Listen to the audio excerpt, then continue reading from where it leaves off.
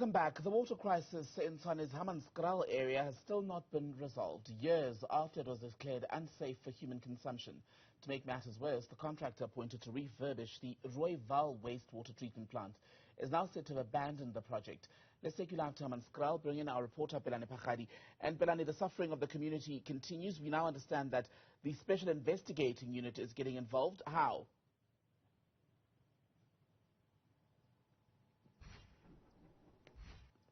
Definitely, and of course, all that is on the request of the Action SA. They have been, of course, on top of the things here as far as dealing with issues of water crisis in Hammanskraal is concerned. And over the last 2 years, they've been also established their own commission to try and look at the challenges of which the people of Hammanskraal are facing, now exacerbated by, of course, the power outages. Let me bring in, of course, Tawang. He is from Action SA. Just give us an indication. Now, we are here in Rooiwal. This particular Rooiwal water treatment plant in itself, currently, from our understanding, there's supposed to be a contractor on site. That's not the case. Good afternoon, Pelane, and afternoon to your viewers at home. Where we are standing today is supposed to be a construction site. In fact, a long overdue construction work is supposed to be coming to conclusion, as a matter of fact, because this problem that the people of Hammanskraal have has been long-standing over 15 years. It's a shocker. In fact, it's infuriating that where we stand, this construction site is actually ground to a halt. What is the city of Tshwane telling you as far as the construction is concerned? What company is involved? Which company was paid monies? How much was paid? So what we know is there is a company called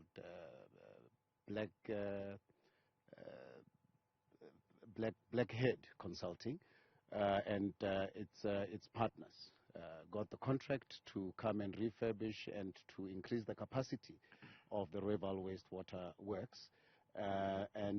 What we've also then established of recent is that I think on the 1st of July, on the 1st of June, they upped and packed, and they are no longer on site. And we're talking about a company that has already been paid at least in excess of 72 million. I think they were paid R1 million to establish site, and because they did not have any capital to literally begin the work, they were further given a 71 million rands injection to the project, which, as you are obviously clearly aware, was not done. What are the answers from the city of Tshwane? Why is that the case, that there was an advancement in payments, but the work has now been halted? So we are trying to establish that in a formal report. So as Action SA, we actually tabled a motion in council in March, which council agreed would come through the office of the city's of the executive mayor. And we expected that report to be tabled yesterday in the sitting of council of the 30th.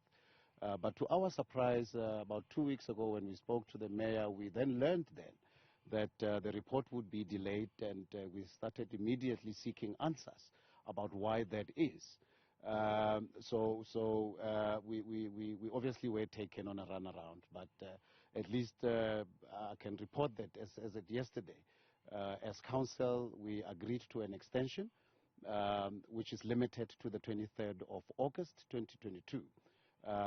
Because obviously we do want the report to be tabled, because that's the only place where we are going to get legitimate answers from a forensic investigation.